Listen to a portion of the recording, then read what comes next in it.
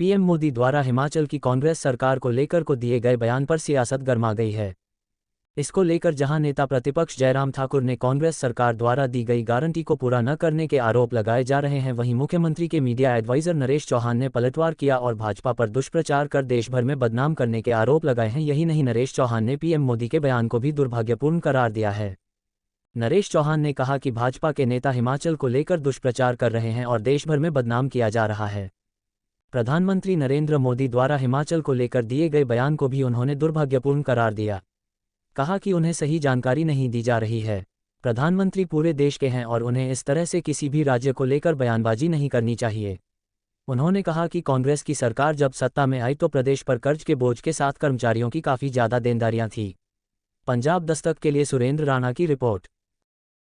आज मेरा वो एक आप लोगों से मिलने का सबसे इम्पोर्टेंट जो मुद्दा था वो इस बात को लेके था कि हिमाचल प्रदेश को लेके और हमारी सरकार को लेके बार बार एक दुष्प्रचार देश के अंदर किया जा रहा है। पिछले दिनों हरियाणा का चुनाव था, जम्मू कश्मीर का चुनाव था।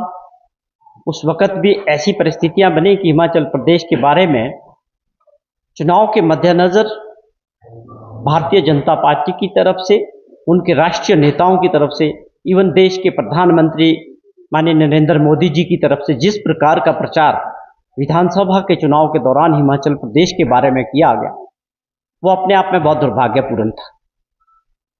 फिर से वही बात कल माननीय प्रधानमंत्री जी ने ट्वीट किया जिसमें ये बात का जिक्र किया गया कि कांग्रेस पार्टी किस तरह से देश के अंदर काम कर रही है, उनके क्या प्रोमिसेस हैं, और उसमें हिमाचल प्रदेश का जो जिक्र किया गया खास तौर पे कि हिमाचल प्रदेश ऐसा कांग्रेस राज्य है जहां पर सरकारी कर्मचारियों को पैसे देने के लिए पे देने के लिए पैसे नहीं है।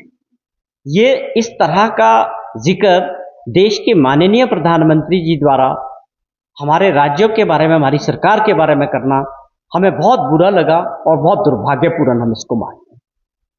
अब ये मुझे नहीं लगता कि उनके पास इस तरह की जानकारी किसने दी, कहां से उनको इस तरह की जानकारी मिली। अब सवाल है कि हमारे जितने भी टैक्सेस आते हैं, आप जीएसटी की बात करें, इनकम टैक्स की बात करें, वो सेंट्रल पूल में जाते हैं सारे, वहां से उसका शेयर आता है सभी राज्यों को, वो हमें भी मिलता है। तो ये एक जिम्मेवारी है फेडरल सिस्टम में भारत सरकार की कि राज्यों के जो इंटरेस्ट है उनको देखभाल करना, उनकी मदद करना। आप इस बात का जिक्र तो खूब कर रहे हैं कि जी वहाँ सैलरी नहीं है, वहाँ ये हालात है कि सब लोग सड़कों पे घूम रहे हैं, किसी के पास काम नहीं है, किसी को पेंशन नहीं मिल रही। क्या आपने जब आपदा आई तो देश के माननीय प्रधानमंत्री जी ने 75 लाख लोगों के साथ खड़े होकर क्या उनकी मदद की? आपका ये फर्ज बनता था कि आपदा के समय हम एक पहाड़ी राज्य हैं, स्पेशल कैटेगरी स्टेट हैं, हमें मदद मिलनी चाहिए थी। हमने 9000 करोड़ से ऊपर के जो भी हमारे क्लेम्स थे वो भारत सरकार के पास भेजे, उनकी टीमें आई, वहां से 2-3 दौरे किए, आपने कोई मदद नहीं की।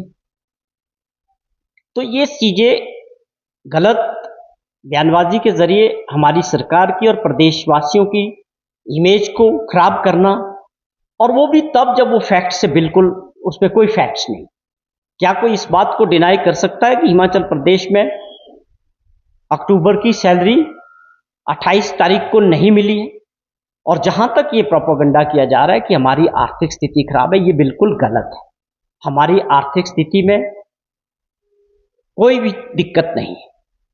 ये माननीय मुख्यमंत्री जी ने इसका जिक्र भी किया कि हमने अपने ट्रेजरी को ठीक करने के लिए जो आवश्यक कदम थे वो उठाए, और आज हम इस बात को है कि हम सैलरी भी दे रहे हैं और आगे प्रयास है कि जो और देनदारियां हैं, एरियर्स हैं, उसको देने का प्रयास कर रहे हैं।